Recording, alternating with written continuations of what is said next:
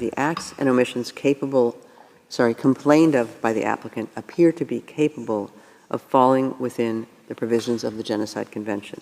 In the court's view, at least some of the acts and omissions alleged by South Africa to have been committed by Israel in Gaza appear to be capable of falling within the provisions of the Convention.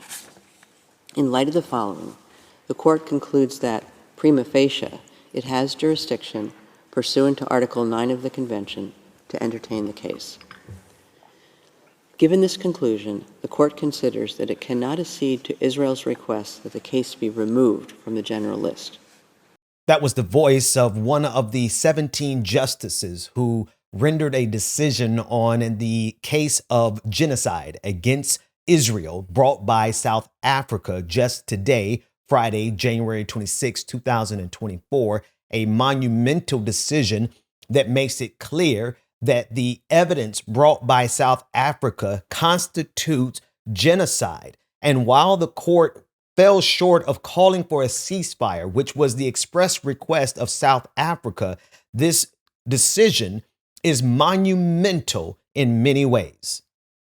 This is an amazing ruling because it highlights everything that the South African team and, of course, Palestinians have been saying the entire time, which is that Israel is plausibly carrying out genocide. And so the fact that the court has indicated to Israel that they have to take measures to prevent genocide, to make sure that soldiers are doing the same, to prosecute those individuals who are inciting, including high government officials, and ensure that there is effective humanitarian aid is precisely what was sought by Palestinians. It's now up to the world to make sure that this court ruling is actually enacted. That was the voice of Diana Butu being interviewed by Democracy Now!, outlining the significance of this case. I want to play for you now sound from South African Foreign Minister Naledi Pandor. I believe that in exercising the order, there would have to be a ceasefire. Without it, the order doesn't actually work. I would have wanted a ceasefire. No, they didn't. Are you disappointed but how, that they didn't specify that? I have no way that I'm going to say I'm disappointed. I hoped for it, but the fact of delivering humanitarian aid, the fact of taking measures that reduce the levels of harm against persons who have no role in what Israel is combating, for me requires a ceasefire. And I believe Israel would have to attend to how it conducts its search for the hostages and for those Hamas individuals who carried out the October 7 attack. So South Africa was simultaneously successful in a historic fashion, able to get the charge of genocide to stand, and Israel unable to get the case dismissed. Here was a response from Prime Minister Benjamin Netanyahu to the decision made by the International Court of Justice.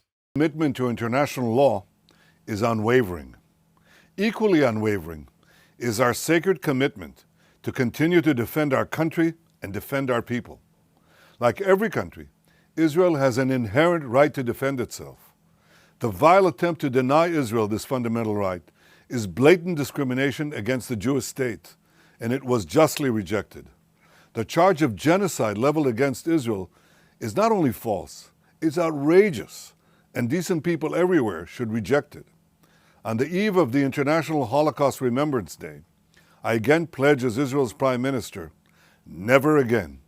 Israel will continue to defend itself against Hamas, a genocidal terror organization.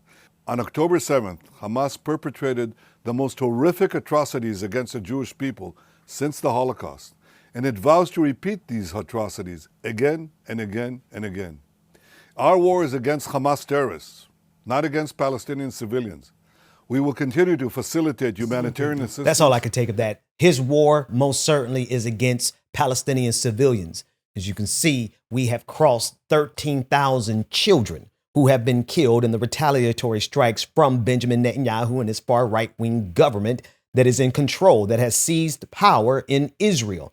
Benjamin Netanyahu is still under investigation for fraud. That trial was put on hold because of the Hamas attack on October 7th, for which Benjamin Netanyahu had previous and prior intelligence from Egyptian intelligence, letting him know, telling him that there was an impending attack. Yet Benjamin Netanyahu did nothing about it. And there he stands in his so-called righteous indignation, trying to reuse and recycle October 7th over and over and over again, as though there is nothing to compare October 7th with since October 7th.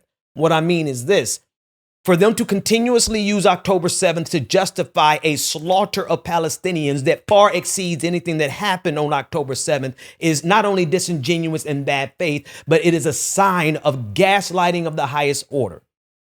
To continuously try to tell the world that we should look to October 7th and ignore everything that has happened to the Palestinian people since October 7th. Some 30,000 people killed, war crimes, individuals with white flags in their hands being shot by snipers, 2,000-pound bombs being dropped on residential centers, over 116 journalists killed, many in their home. Not to mention the fact that this is being driven by artificial intelligence.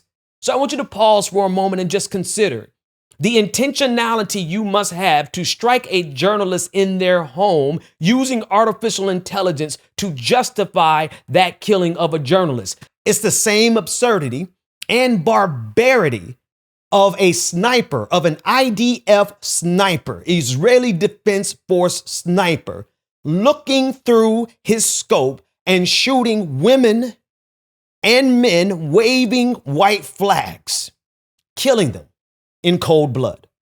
If this isn't a genocide, I don't know what is. If these are not war crimes, then there is no such thing as war crimes. And the international community is not falling for Benjamin Netanyahu's routine. We know very clearly what our eyes have shown us. A level of barbarity that quite honestly has been one of the main reasons I can't do the podcast regularly. I just can't.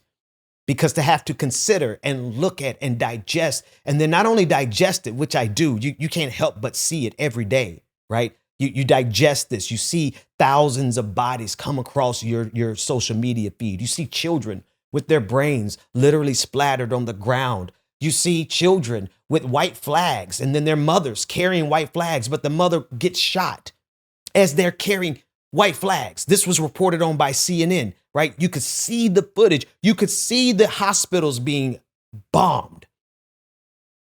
They want us to not believe our eyes, but they want us to take their word for it, that what we should do as an international community is to always reset our clocks to October 7th, but completely ignore the barbarity of Benjamin Netanyahu that has been rained down on the Palestinian people since. May God visit upon Benjamin Netanyahu the same mercy and the same grace that he gives the children of the Palestinian people.